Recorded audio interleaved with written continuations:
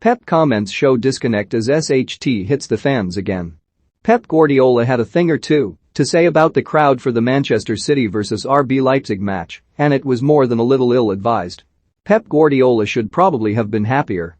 The draw for the Champions League group stages hadn't been particularly kind to Manchester City, drawing them with both PSG and RB Leipzig, but his team had started fairly stylishly with a 6-3 win against the latter, which should put them in a relaxed mood for their trip to play the Paris Globetrotters in the next round of fixtures at the end of September. In his post-match interview with BT Sport, though, he mentioned that "I would like more people to come to the next game on Saturday, and now it's all hitting the fan," amid gales of laughter from fans of rival clubs and anger from his own club's supporters at the implication that they're not loyal enough for his tastes. The Etihad has a capacity of 53,000 for European matches, and the reported attendance for the RB Leipzig game was 38,062, but this figure has been disputed by some of those present. Quite why there should be such a disparity between the number of people present and what people saw with their own eyes isn't an easy question to answer, but we do know that the recorded crowd, which was presumably reported to UEFA by Manchester City, was substantially down from the 52,276 that was reported for their last Premier League match. The reason for the actual discrepancy is easier to explain. Reported Premier League attendances always include all-season ticket holders, and Champions League matches ordinarily have to be paid for on top of the cost of them.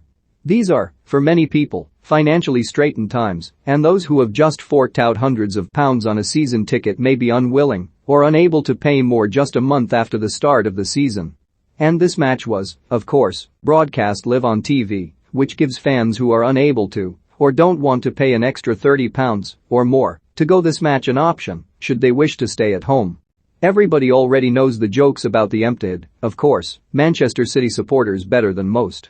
The supporters of the biggest, noisiest clubs love to throw their weight around on this subject, but it's important to take such comments with the bad faith in which they're intended. Manchester United and Liverpool supporters, among others, but particularly these two clubs, love this sort of thing. There's an obvious reason for this. They were doing just fine in the decades prior to the arrival of big oil money into the Premier League, and they don't like sharing silverware with other clubs, particularly not a club that they would consider local rivals that they would previously usually beat.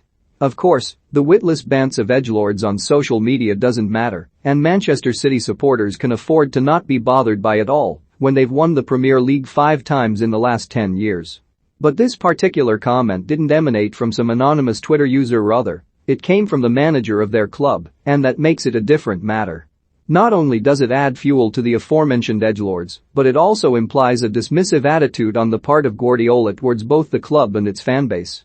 Whether that's true or harsh, the general secretary of the official supporters club, Kevin Parker, certainly wasn't happy with it. Perhaps the problem is that Guardiola has worked in professional football for the whole of his life. People who work in the game never have to bite their fingernails over whether they'll get a ticket for a big match, and they'll never see a credit card bill at the end of a month when a run of cup matches all hits at once. People who have worked their entire lives in football haven't had to make the journey of football going from costing a couple of quid every week to being something that requires a credit agreement for a season ticket. Guardiola joined Barcelona's youth system at 13 years of age, and the logistics of attending a football match have changed an awful lot since then.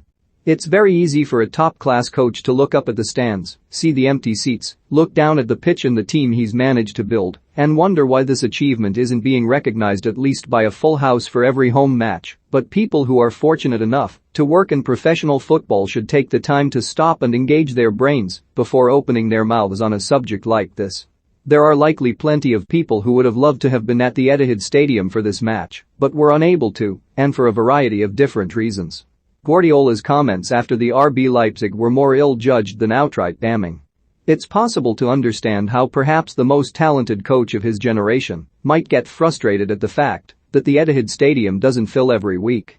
Match-going Manchester City supporters themselves have complained about the lack of atmosphere inside the stadium on match days, and perhaps this problem is inevitable when your team is playing almost clinically clean football and rattling 3 goals or more against most of the teams that they play there. That such a comment should be made is an unfortunate reflection on the disconnect between those who work within the professional game and those who pay for it, and an unfortunate distraction from an outstanding evening of football.